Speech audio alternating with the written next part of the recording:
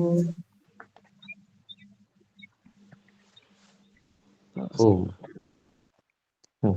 जी।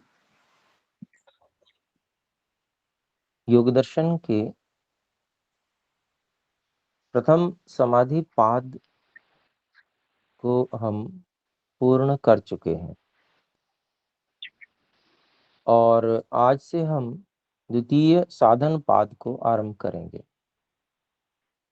तो इससे पहले प्रथम पाद में और प्रथम पाद के 51वें सूत्र में यदि कोई बात हम पूछना चाहें तो कृपया बोल सकते हैं।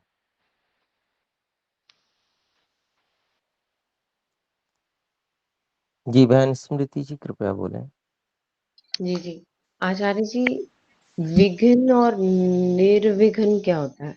ये थर्ड सूत्र में तथा दृष्टु स्वरूपे में बताया है कि जब जीव मतलब जब हम लाइव होते हैं तब अगर कैवल्य में पहुंच जाते हैं तब निर्विघ्न की पॉसिबिलिटी रहती है, बट मुक्ति में विघ्न हो जाता है। तो विघ्न और निर्विघ्न का मतलब बता दो। तीसरे सूत्र में अच्छा भाष्य में जो भाष्यानुवाद वगैरह किया होगा स्वामी जी के द्वारा जी जी उसमें जी बताया गया। जी। नहीं तो अगली कक्षा में भी ले लेंगे हम, आप दूसरा हाँ नहीं स्टार्ट कर लीजिए। नहीं नहीं कोई बात नहीं। प्रथम पाद की ही बात है। देखिए विघ्न हमने पढ़े थे, सारे विघ्न हैं योग के।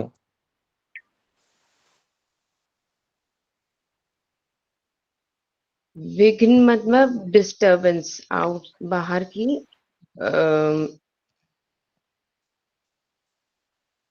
विघ्न का मतलब क्या होता है? हाँ ठीक कह रहे हैं जी। देखिए व्याधि स्त्यान संशय प्रमाद आलस्य वृत्ति भ्रांति दर्शन लब्ध भूमिकत्वा न व्यस्थितत्वानि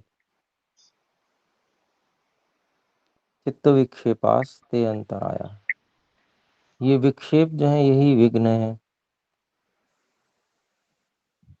दुख दौर्मनस्यांग में जयत्वा श्वास प्रश्वासा विक्षेप सहभुव, ये भी विघ्न है। ये विक्षेपों के विघ्नों के साथ में रहने वाली चीजें हैं, तो ये सभी विघ्न है। और ये इसी इनको मतलब जितने भी डिस्टरबेंस आप कह रही हैं जो विघ्न है उनको यहाँ पर लगभग गिना ही दिया गया है, इन्हीं के अंतर्गत सब आ जाते हैं। और जैसे आपने वो वाक्य एक बार पूरा पढ़ेंगे तो और अच्छे से स्पष्ट बात आ जाएगी। एक बार पढ़ दीजिए। जी जी एक मिनट।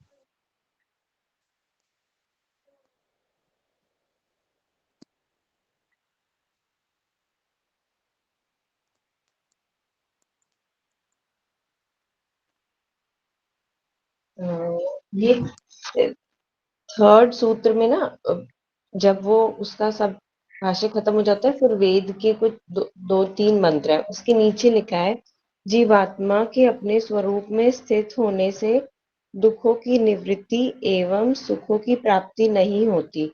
परमात्मा को जानकर ही योगी आनंद से युक्त और दुखों से मुक्त होता है।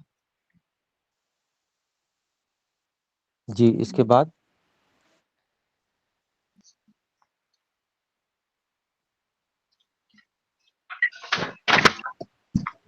अच्छा ठीक है, हाँ जी, ये देखिए इसमें इतना अंतर रहता है कि जीवात्मा को मोक्ष अवस्था में निर्विघ्न रूप से आनंद प्राप्त होता है, जबकि शरीर के बने रहने से योगी को उस आनंद में विघ्न बाधाएं संभव हैं।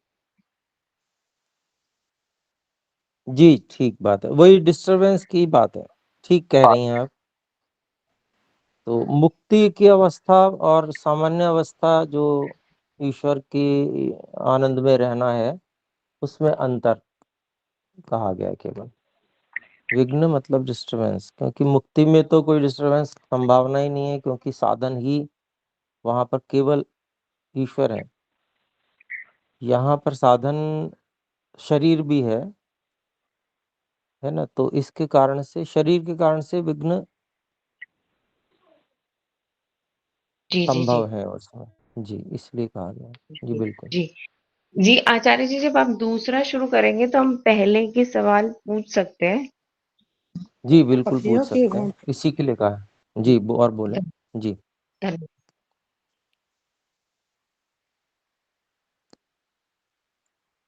अभी भी पूछ सकते हैं, बाद में भी पूछ सकते हैं, कोई ऐसी बात नहीं है। अभी नहीं ध्यान में आया है तो बाद में भी हम पूछेंगे। तो जो पिछला पाद है वो पढ़ा ही है हमने, ठीक है जी। तो भाई खुशी जी कुछ कहना चाहते हैं? आचार्य जी, नहीं एक जी, बोले बहन 50 सरोज जी बोले। 50 श्लोक के ऊपर ना जी व्युत्थान वाला है ना जी, ये थोड़ा सा बताइए व्युत्थान का। 50वां सूत्र। हाँ जी। तज्जः संस्कारोन्य संस्कार प्रतिबंधी। तो इसमें व्युत्थान शब्द जो आया उसके बारे में पूछना चाहते हैं। जी व्युत्थान संस्काराशयम बाधते।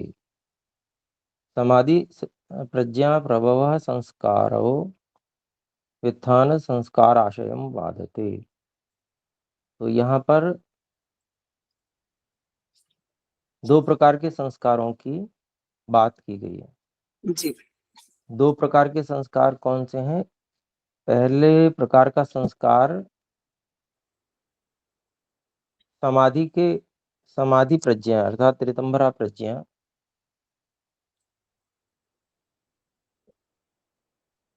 जिस समय प्रभावी रहती है अर्थात समाधि की अवस्था में, तो उस समय संस्कार बनते हैं। कोई भी अवस्था होती है उसमें संस्कार तो बनते ही हैं। चित्त की कोई भी अवस्था होगी जी तो उसमें संस्कार तो बनेंगे ही। तो एक जो अवस्था है समाधि की अवस्था, जो जिसमें ऋतंभरा प्रज्ञा का अनुभव करता है, वो अवस्था हो गई। उस अवस्था में भी संस्कार बनते हैं। तो एक संस्कारों का प्रकार हो गया। दूसरी अवस्था व्यक्ति की समाधि से भिन्न अवस्था है, अर्थात ऋतंभरा प्रज्ञा की अवस्था में व्यक्ति पहुंचा नहीं हुआ है, उससे समाधि से हटा हुआ सामान्य अवस्था में, जी तो वो उस समय भी संस्कार बनते हैं। तो जो समाधि प्रज्ञा के समय जो संस्कार बनते हैं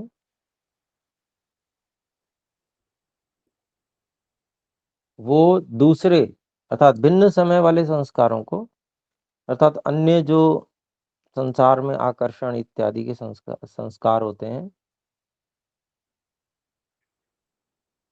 उनको नष्ट करते हैं। उन संस्कारों को, उनमें से आकर्षण को समाप्त करते हैं, यह अभिप्राय है।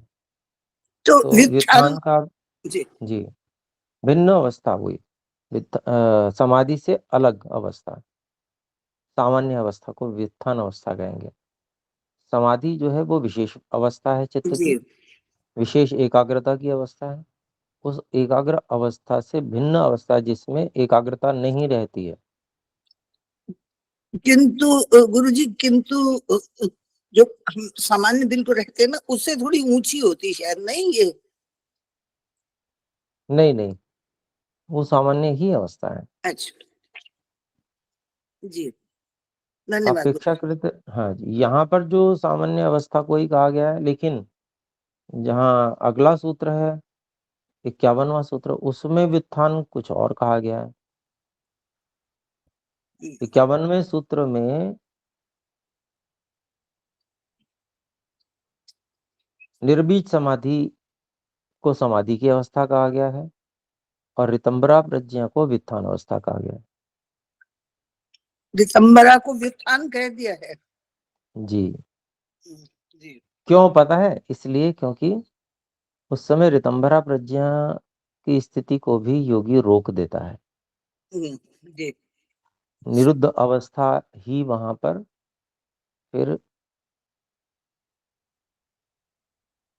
प्राप्त करने योग्य होती है। जी उससे भिन्न अवस्था ऋतंभरा प्रज्ञा की अवस्था भी व्युत्थान के अंतर्गत आ जाती है, मतलब ये। हम्म ठीक है जी। जी, धन्यवाद गुरु जी। धन्यवाद जी। ओम। तो अथ द्वितीयः साधनः पादः प्रारभ्यते।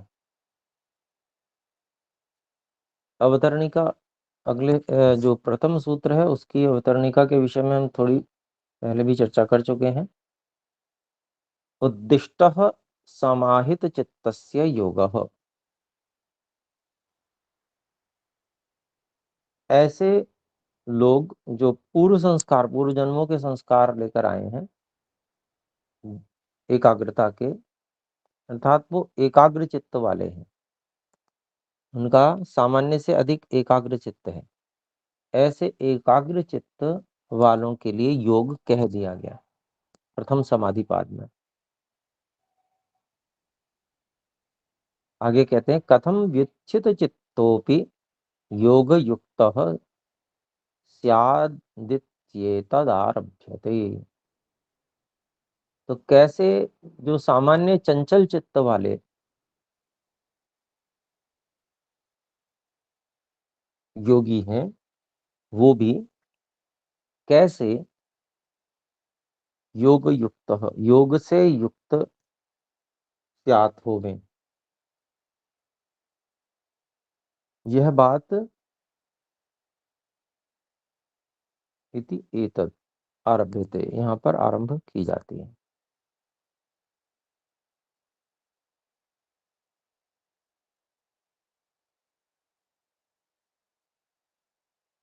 तो अगर व्यक्ति ने कभी मान लीजिए एकाग्रता का अनुभव नहीं किया है तो यहाँ से उसको ये क्रम बनाना पड़ेगा। यहाँ पर पूरा यम नियम इत्यादि से आरंभ करके अपने चित्त की शुद्धि करनी होगी। उसमें भी यम नियम में भी जो बहुत अधिक विशेष रूप से करने योग्य हैं वो यहाँ पर और विशेष रूप से बताया है कि भाई इस पे तो ज्यादा ही बल लगाना है। तो प्रथम सूत्र में कहते हैं तपः स्वाध्यायेश्वर प्रणिधानानि क्रिया योगः।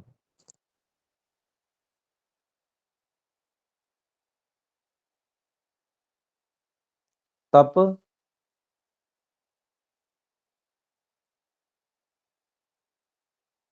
नियमों में ये तीन चीजें दी गई हैं।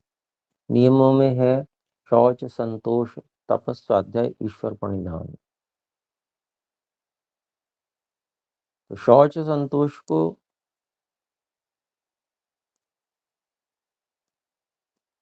हटाकर विशेषता, सबसे अधिक विशेषता जो कही है, जो सबसे अधिक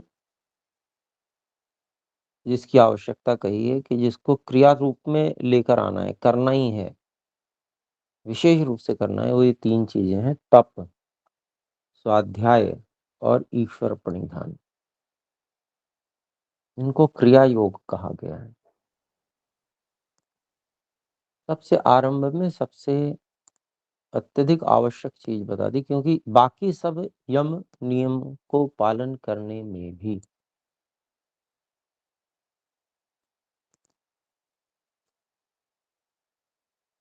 इनकी बड़ी आवश्यकता है। ये यदि नहीं करेंगे तो बाकी भी कुछ भी नहीं हो पाएगा, कुछ भी नहीं कर पाएगा व्यक्ति।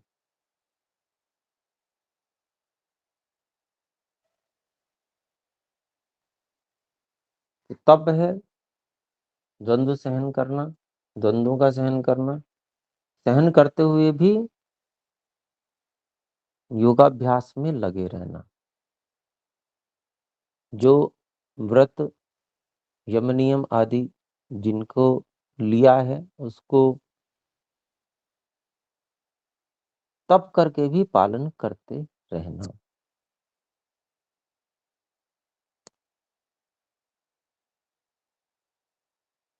फिर दूसरा स्वाध्याय, मोक्ष शास्त्रों का अध्ययन करना। बहुत सारे लोग ऐसे हैं कि भाई हम साधना करते हैं, ऐसा कहते हैं वो लोग, और वो कई कई घंटे बैठते हैं।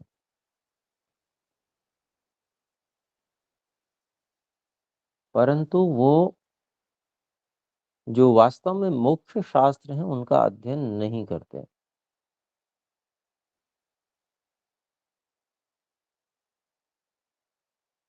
प्रणव जप इत्यादि भी नहीं करते।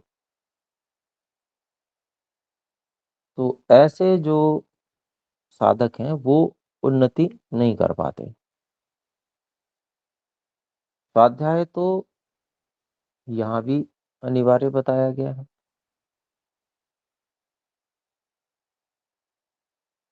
इसके अलावा हमें समाधि पाद में भी इसको अनिवार्य बताया गया। वहां पर भी जो श्लोक था, स्वाध्यायात योगमासीत योगात स्वाध्यायम आमनेत, स्वाध्याय योग संपत्त्या परमात्मा प्रकाशते, कुछ ऐसा था, मुझे ध्यान आ रहा है,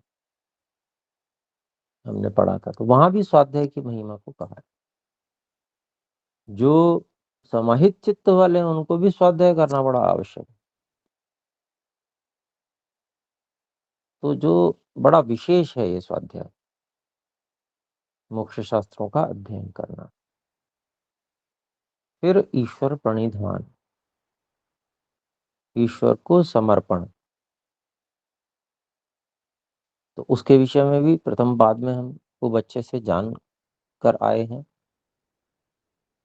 ईश्वर के सही स्वरूप का ज्ञान होगा तभी ईश्वर प्रणिधान संभव है। ऐसे जिस किसी को भी ईश्वर मानते हुए ईश्वर प्रणिधान संभव है ही नहीं, क्योंकि जिसको जानते होंगे उसके प्रति समर्पण होगा। वास्तव में जो ईश्वर है उसके प्रति समर्पण हो ही नहीं सकेगा। इसलिए उसको जनाया भी गया है प्रथम पाद में, और समर्पण का तरीका भी बताया गया है। तो आइए यहाँ पर भाष्य में देखते हैं। तपह, सबसे पहला जो वाक्य है वो स्मरण कर लेने योग्य है और सदा स्मरण रखने योग्य है। ना तपस्विनो योगः सिद्ध्यति, न अतपस्विनः योगः सिद्ध्यति। अतपस्वी व्यक्ति को कभी भी योग सिद्ध नहीं होता है।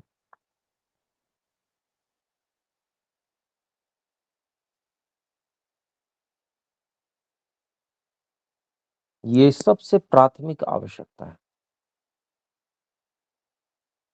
कुछ भी करना है तो ये तो करना ही है, हर चीज के साथ में ये जुड़ा हुआ है। कुछ भी करना है तो, क्योंकि बिना इसके किसी भी चीज में निरंतरता नहीं आ सकती।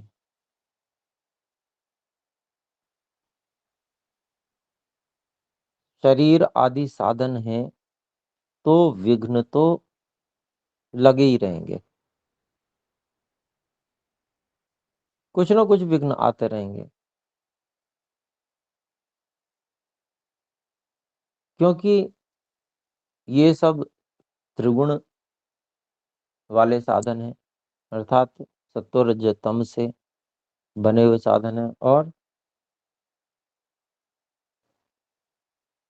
सत्व रज तम का स्वभाव चंचल है, वो कभी एक से रहते ही नहीं।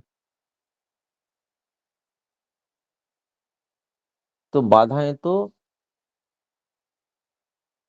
आने ही वाली हैं, ये सब मान के चलिए। बिना बाधाओं के तो रहेगा ही कुछ नहीं। उनको सहन करते हुए भी अपने मुख्य कार्य को छोड़ना नहीं, प्रसन्नता पूर्वक, बल्कि तो प्रसन्नता पूर्वक उनको सहन करते हुए, प्रसन्न रहते हुए, और अपने जो निर्धारित कार्य हैं धर्म आदि उनको करते रहना।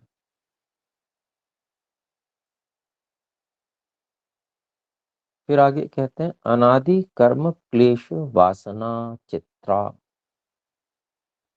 प्रत्युपस्थित विषय जाला च अशुद्धिर्नान्तरेण तपः संभेदमापद्यत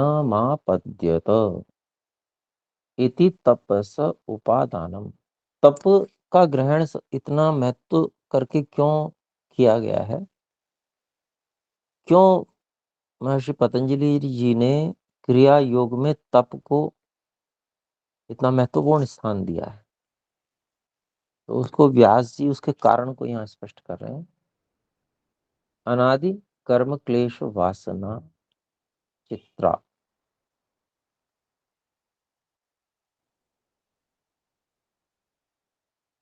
अनादि काल से जो अनेक जन्मों में हम कर्म करते आ रहे हैं, कर्म तो फल भोगाकर नष्ट हो जाते हैं, परंतु उन कर्मों की जो संस्कार हैं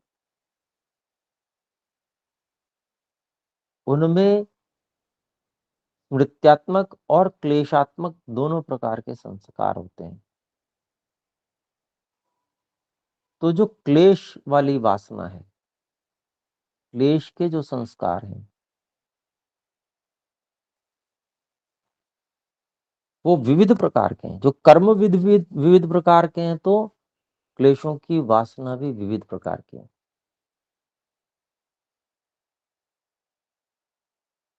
कब कौन से क्लेश से युक्त होकर साथ में कर्म किया, क्लेशों के बारे में भी आगे अभी बताने वाले हैं। अविद्या, अस्मिता, राग, द्वेष, अभिनिवेश, ये 5 क्लेश बताए गए। तो इन्हीं क्लेशों से युक्त होकर व्यक्ति कर्म करता है, सकाम कर्म जितने भी होते हैं।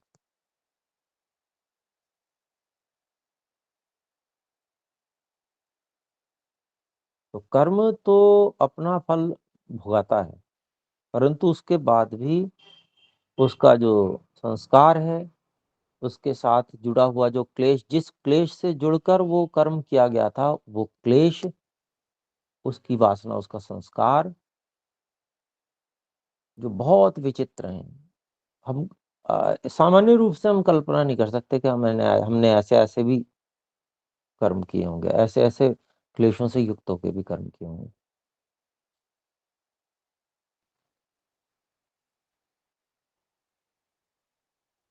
ऐसे विचित्र।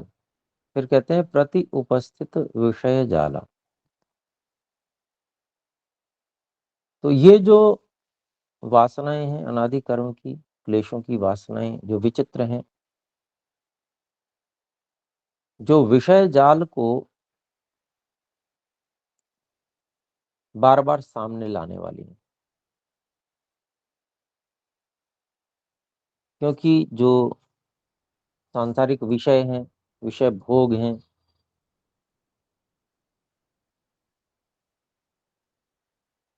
रूप रस गंध स्पर्श शब्द इत्यादि के विषय में विचित्र विचित्र से तरीके से हमने आकर्षण युक्त होकर और कर्म किए हुए हैं। तो उन्हीं क्लेशों से, उन्हीं प्रकार की जो वास्तव में आकर्षित होने योग्य नहीं है, पर उनसे हम आकर्षित रहे,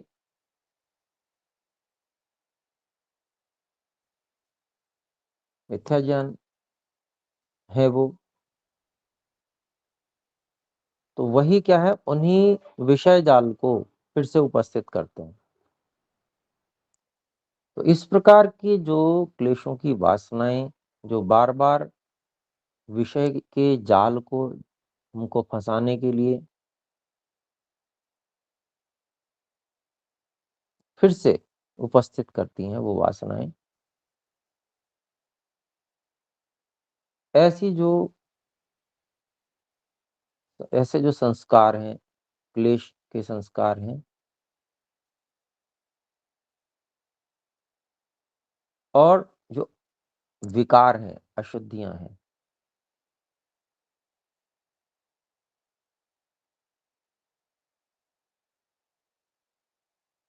तपः अंतरेण, बिना तप के न संभेदम आपद्यत, वो नाश को प्राप्त नहीं हो सकते।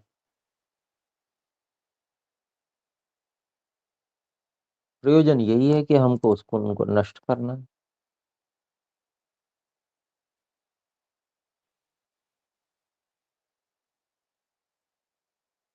क्योंकि उन्हीं संस्कारों से प्रेरित होकर ही तो हम बार बार विषय के जाल में उलझ रहे हैं। उन्हीं को नष्ट करना प्रयोजन है, लेकिन तप के बिना, अगर तप नहीं करेंगे, सहन नहीं करेंगे, द्वंद्वों को सहन करके, प्रसन्नतापूर्वक सहन करके, बल्कि प्रसन्नतापूर्वक सहन करके अपने जो हमने व्रत लिए हैं योगाभ्यास आदि के, उनको निरंतरता से करते नहीं रहेंगे, तब तक कैसे ये क्लेश नष्ट हो जाएंगे? नहीं हो सकते। यही बात यहाँ कह रहे हैं, इति तपसा उपादानम, इसीलिए तप का ग्रहण किया गया है। फिर आगे उसमें अलग एक विशेष बात जोड़ते हैं कि भाई तच्च चित्त प्रसादनम, तच्च चित्त प्रसादन म बाधमान मनेन आसेव्य, मनेनासेव्य मिति मन्यते। तच्च, और वह जो तप है वही चित्त प्रसादन, मन को प्रसन्न करने वाला। मन को कैसे प्रसन्न करेगा? जब हमने कोई उद्देश्य ले लिया है, लक्ष्य ले लिया कि हमको ये पालन करना है, इस व्रत का पालन करना है, और हम तप करने के बाद भी उस व्रत का पालन कर पाते हैं, पहले नहीं कर पा रहे थे और हमने करना शुरू कर दिया, प्रसन्नता होगी और ज्यादा। तो चित्त को प्रसन्न करने वाला होना चाहिए। अबाधमानम, शरीर पे में बाधा उत्पन्न करने वाला, रोग आदि उत्पन्न करने वाला नहीं होना चाहिए। ऐसा अनेन, ऐसे तप, इस योगाभ्यासी के द्वारा आसेव्यम, उसका सेवन करना चाहिए, ऐसा महर्षि पतंजलि मानते हैं, मानने थे। व्यास जी इस बात को यहाँ स्पष्ट कर रहे हैं। ये हमें ये भी याद रखने योग्य है कि तप करे जा रहे हैं, रोगी पड़ गए, दुखी हो रहे हैं, लेकिन उसको जिद पकड़ ली कि इसको तो करूंगा ही करूंगा, तो कहते हैं ना भाई, इसकी सीमा है। अगर ऐसा कष्ट उत्पन्न हो रहा है जिससे हम कुछ भी कर नहीं पा रहे हैं, तो उसको वहां पर रोक दीजिए, उस तप को वहां रोक दीजिए, और पहले ठीक कीजिए, स्वस्थ हो जाइए, फिर उसके बाद कीजिएगा उसका तप। तो वह चित्त को प्रसन्न करने वाला, शरीर आदि में बाधा ना पहुंचाने वाला। भाई सामान्य थोड़ी बहुत बाधा तो होगी, लेकिन ऐसी बाधा उत्पन्न हो जाए कि जो बिल्कुल ही कार्य अवरुद्ध हो जाए, बाकी सब भी जीवन ही अवरुद्ध होने की स्थिति आ जाए, तो ऐसा तप नहीं करना है। इस प्रकार का तप करना है कि जो अबाधमान हो, ये यहाँ पर कहा गया। तो अभी समय हो गया काफी अधिक, तो अभी इतना ही रहने देते हैं, फिर कर लेंगे। आइए एक बार ओम का उच्चारण करें।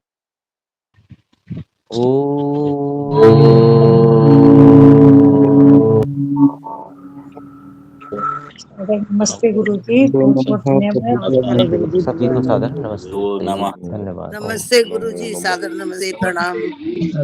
गुरुजी नमस्ते, प्रणाम।